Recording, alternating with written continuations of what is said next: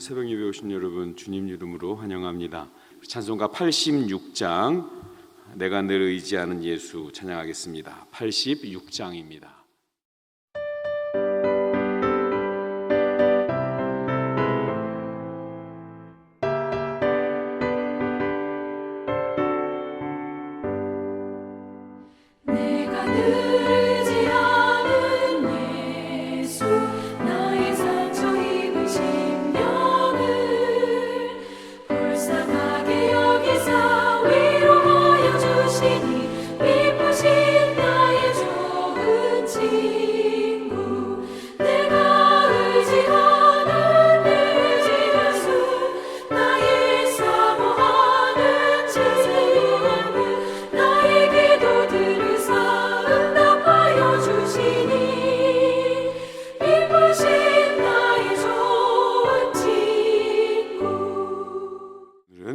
히브리서입니다. 히브리서 1장 1절에서 14절까지 우리 한 절씩 교독하겠습니다.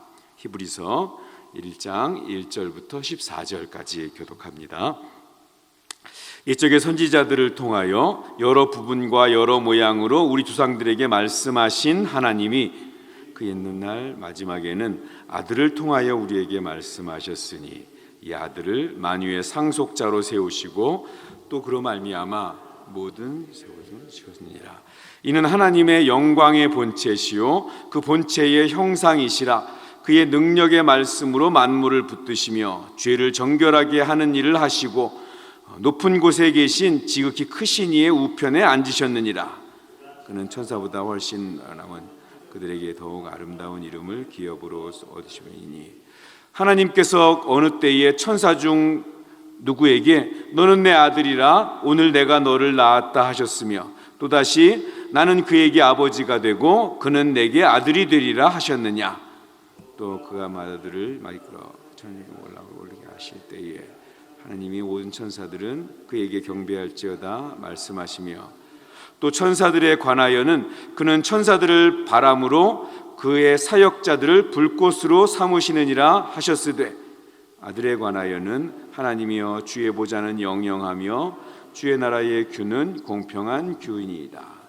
주께서 의를 사랑하시고 불법을 미워하셨으니 그러므로 하나님 곧 주의 하나님이 즐거움의 기름을 주께 부어 주를 동류들보다 뛰어나게 하셨도다 하였고 또 주의 태초에 딱지에서 땅에 기초를 두셨으며 하늘도 주의 손으로 지으신 바라. 그것들은 멸망할 것이나 오직 주는 영존할 것이요 그것들은 다 옷과 같이 낡아지리니 의복처럼 갈아입을 것이요 그것들은 옷과 같이 변할 것이나 주는 여전하여 연대가 다함이 없으리라 하였으나 어느 때에 천사 중 누구에게 내가 내 원수로 내 발등상이 되게 하기까지 너는 내 우편에 앉아 있으라 하셨느냐. 모든 천사들은 섬기는 영으로서 선원들 성작들을 위하여 섬기라고 보내심이 아니냐. 아멘. 예수 그리스도로 충분합니다 라는 제목으로 우리도 같이 새벽에 말씀을 나누겠습니다. 히브리서는 수수께끼 서신입니다. 누가 썼는지 한마디도 언급되지 않는 유일한 서신입니다. 또 히브리 사람들에게 쓰여졌다는 거 말고는 구체적으로 누가 받았는지 또 어느 지역으로 보냈는지 기록이 남아있지 않습니다. 근데 내용을 읽으면서 종합해 보면 히브리서는 박해를 받은 경험을 가진 사람들이 이 편지를 받고 있고요. 그다음에 믿음이 식은 사람들 그리고 말씀에 게을러진 말씀을 읽는데 게을러진 그러한 사람들 모이기에 패하는 습관을 가진 사람들 또 알고도 짐짓 죄를 짓는 사람들이 이 편지의 수신자들의 특징입니다. 쭉 종합해 보면 박해를 비롯한 여러 가지를 잘 이겨낸 그런 믿음의 경험이 있기는 한데 지금은 믿음이 흔들리고 있는 사람들이 수신자일 가능성이 큽니다. 또 재미있는 것은 디모데를 13장에 보면 디모데를 알고 있어요. 디모데에 대한 이야기를 가지고 있는 거 봐서 디모데랑 친했던 우리 바울이 썼지 않았을까라고 생각을 하기도 하는데요. 그런 추측을 하는 경우가 제일 많은데, 또 사람들은 우리 보통 쓰는 단어를 많이 쓰지 않습니까? 또 문장도 자기가 늘 말하는 패턴이 있는데, 근데 히브리서는 그 앞에 있는 바울 서신들에 히브리서에 있는 단어들이나 주로 쓰는 문장, 이게 앞에 있는 바울 서신하고 너무나 다른 특징들을 가지고 있어서 또 바울이 쓴 거는 또 아닐 것이다 라는 추측도 합니다. 근데 내용상 구약에 있는 구약 율법이나 구약에 있는 내용들을 많이 인용하고 히브리 사람들에 대해서 잘 알고 있는 것으로 봐서 아마 아볼로나 또 어쩌면 또 바울일 거라고도 이야기하고 그런 추측만 이렇게 할 뿐입니다. 어쨌든 이 박해를 받는 사람들, 또 믿음이 흔들리고 있는 사람들 위해서 쓰여지고 있는데요. 자, 오늘날 우리가 예수를 믿는다고 해서 핍박을 당하지는 않습니다. 그러나 그 어느 때보다도 유혹을 받고, 또 그 어느 때보다도 그리스도인들이 타락한 중세 시대보다도, 이 면죄부를 팔던 중세 시대보다 더 기독교가 타락했다라고 이야기하는 그런 시대를 우리가 살고 있습니다.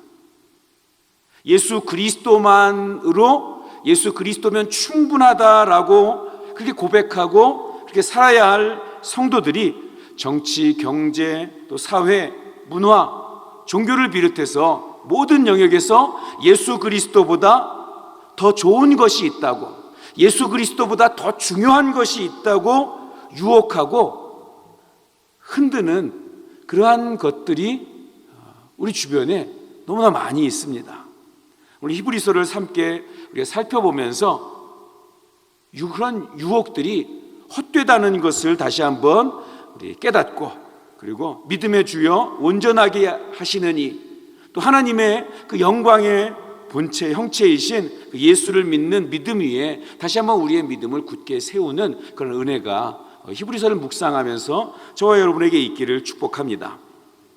자, 그래서 히브리서의 초점은 오직 예수입니다. 오직 예수 그리스도.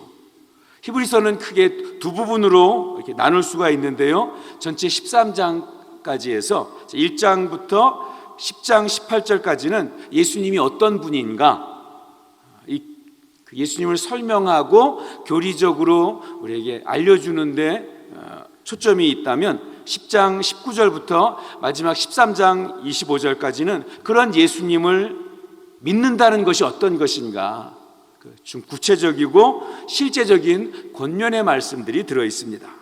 오늘 함께 읽은 말씀은 1장인데요 히브리서 전체의 서론이라고 할 수 있겠습니다. 예수님이 어떤 분인가 집중적으로 소개하고 있는데요, 이게 예수님이 어떤 분인지 약 7가지로 정리를 할 수 있겠습니다. 첫 번째는 1절과 2절 앞부분에 있는 말씀인데요, 예수님이 하나님의 뜻을 직접 우리에게 보여주고 하나님의 말씀을 우리에게 알려준, 그러기 위해서 하나님께서 우리에게 인간의 모습으로 보내주신 분이라는 것입니다. 물론 그 이전에도 하나님께서 여러 가지로 말씀하셨습니다. 자연현상을 통해서, 또 여러 선지자들을 통해서 하나님의 말씀을 우리에게 전해주셨지만, 가장 정확하게, 가장 분명하게 하나님의 뜻을 알려주시기 위해서 하나님이 하나님의 독생자 예수 그리스도를 이 땅에 보내주시고, 직접 하나님의 뜻과 계획에 대해서 전해주신 것입니다. 그래서 구약 모든 기록, 이스라엘의 역사, 이건 다 예수님께 초점이 맞춰져 있고요, 성경을 이해하는 가장 중요한 열쇠는 예수 그리스도입니다. 두 번째로는 2절 후반부부터 3절까지의 내용입니다. 3절 앞부분까지인데요, 예수님은 하나님과 함께 천지를 창조하신 창조자이시고, 그리고 만물의 상속자요 주인이시라는 것입니다. 예수님은 만물을 붙들고 계시고요, 창조주로서 또 만물을 붙드신 분으로 운영하고 계시는 분이고요, 영광을 받으실 분입니다. 세 번째로 예수님은 3절 후반부에 나와 있는 내용이죠. 우리의 죄의 문제를 해결해 주신 분입니다. 죄로 인해서 죽을 수밖에 없는 우리를 위해서 십자가에 달려 대신 돌아가심으로써 우리의 죄를 정결하게 하는 일을 해주셨습니다.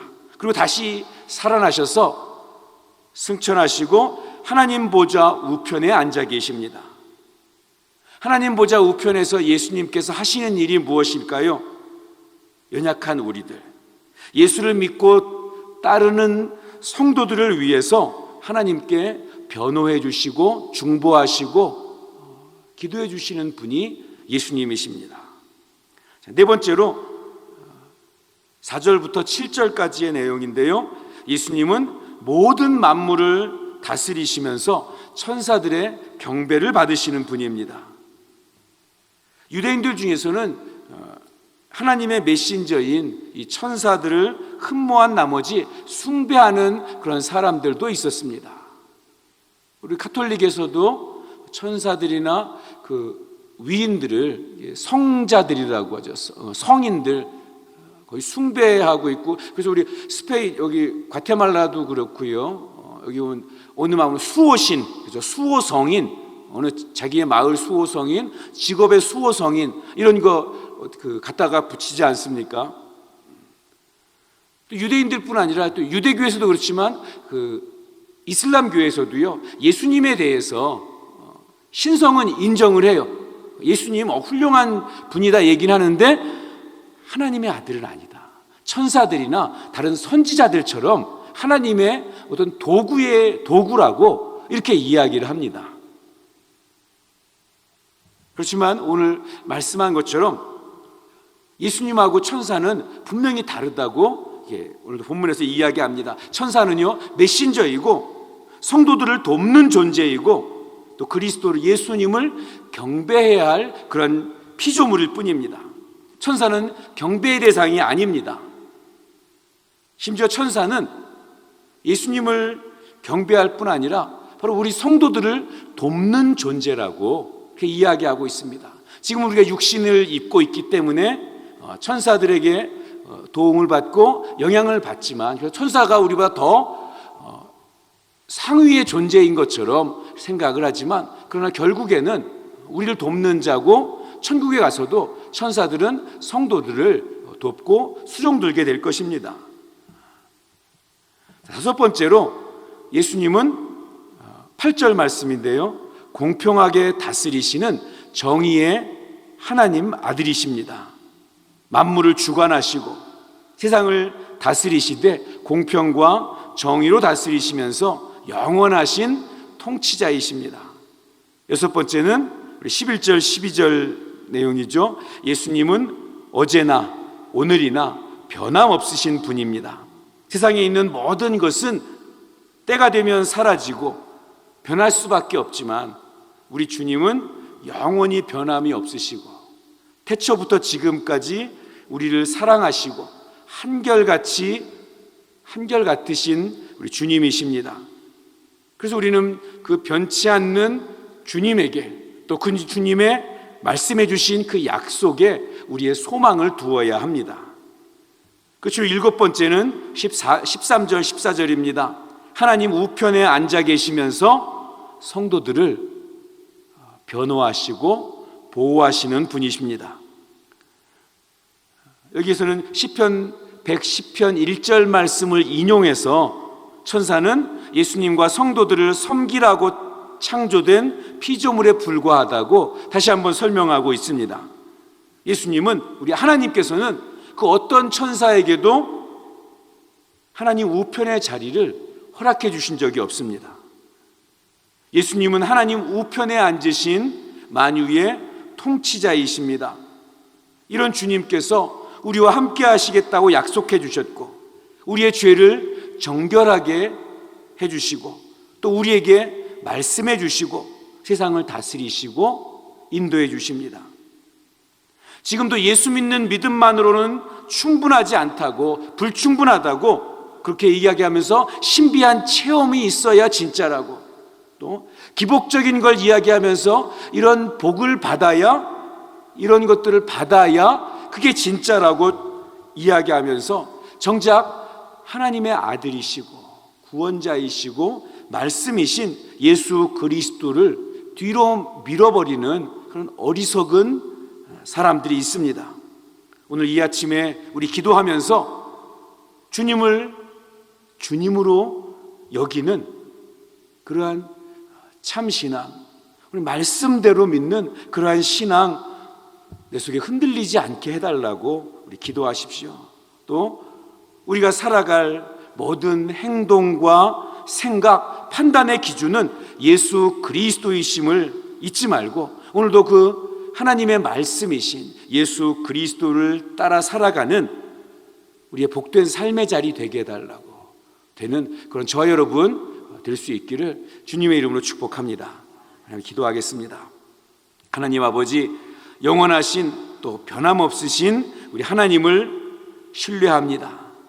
만물을 다스리시고 천사들의 경배를 받으시고 우리 죄를 사하시고 이끌어 주신 예수님을 찬양합니다.